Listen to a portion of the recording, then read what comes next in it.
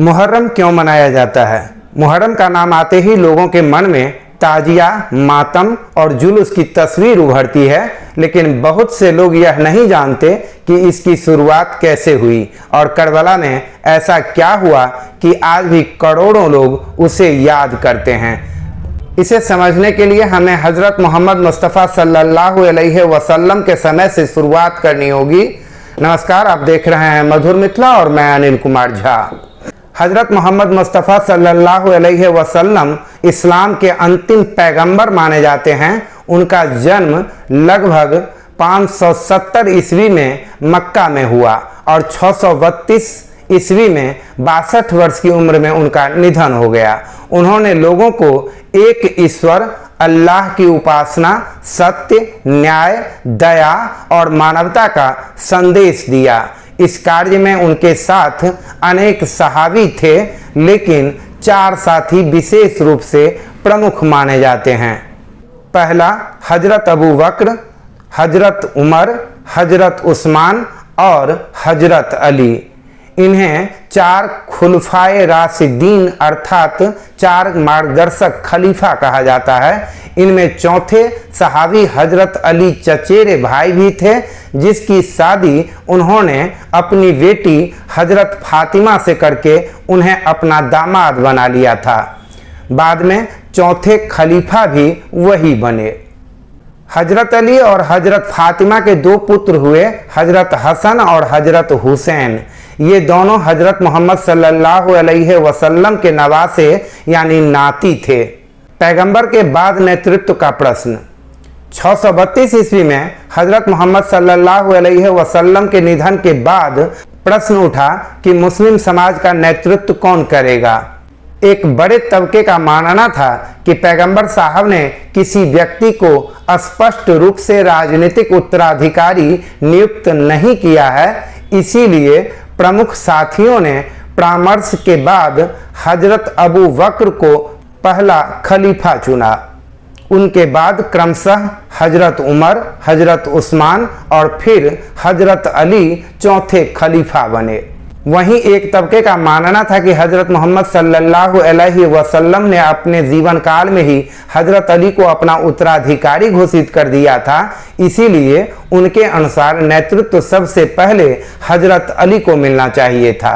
यही मतभेद आगे चलकर सुन्नी और शिया परंपराओं के अलग होने का आधार बना। यजीद कैसे शासक बना? हजरत अली के निधन के बाद उनके बड़े पुत्र हजरत हसन कुछ समय तक रहे, लेकिन उन्होंने संघर्ष से बचने के लिए शासन का दावा छोड़ दिया। इसके बाद मुआविया शासक बने। मुआविया ने अपने मृत्यु से पहले अपने पुत्र यजीद को उत्तराधिकारी घोषित कर दिया। इस प्रकार पहली बार सत्ता पिता से पुत्र को वंशानुगत आधार पर मिली। इमाम हुसैन ने विरोध क्यों किया? मुआविया की मृत्यु के बाद यजीद ने सभी प्रमुख मुस्लिम नेताओं से अपनी वैयत निष्ठा की शपथ लेने को कहा। हजरत मोहम्मद सल्लल्लाहु अलैहि वसल्लम के नवासे इमाम हुसैन ने यजीद की वैयत करने से इनकार कर दिया। उनका मानना था कि शासन न्याय, चरित्र और योग्यता के आधार पर होना चाहिए, केवल वंश या शक्ति के आधार पर नहीं। करबला की घटना। 680 ईस्वी में इमाम हुसैन अपने परिवार और कुछ साथियों के साथ निकले। उन्हें इराक के करबला नामक स्थान पर यजीद की सेना ने घेर लिया। कई दिनों तक उनके शिविर का पानी बंद कर दिया गया। अंततः 10 मुहर्रम आशूरा को युद्ध हुआ। इस युद्ध में इमाम हुसैन, उनके परिवार के कई सदस्य और अधिकांश साथी शहीद हो गए। महिलाओं और बच्चों को भी बंदी बना लिया गया। इसके बाद क्या हुआ? करबला के युद्ध के बाद यजीद की राजनीतिक सत्ता बनी रही। बाद के वर्षों में हजरत अली और इमाम हुसैन के समर्थकों की परंपरा विकसित होकर शिया कहलाने लगी, जबकि अधिकांश मुसलमान सुन्नी परंपरा में रहे। मुहर्रम क्यों मनाया जाता है? मुहर्रम इस्लामी वर्ष का पहला महीना है। इसकी 10वीं तारीख, जिसे आशूरा कहा जाता है, इमाम हुसैन की शहादत की स्मृति में विशेष रूप से याद की जाती है। शिया मुसलमान इसे शोक के रूप में मनाते हैं।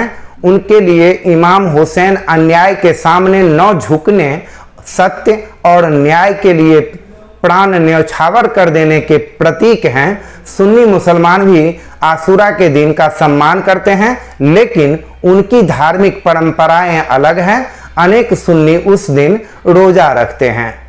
करबला की घटना केवल एक युद्ध नहीं थी, यह सत्ता और सिद्धांत के बीच संघर्ष का प्रतीक बन गई।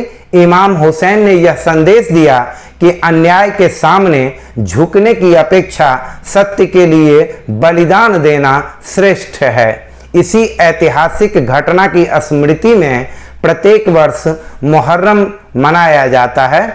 लिखने या उसके उच्चारण में अगर मुझसे कहीं कोई भूल हुई हो तो माफ़ कीजिएगा। धन्यवाद। नमस्कार, मैं अनिल कुमार झा और आप देख रहे हैं मधुर मिथिला।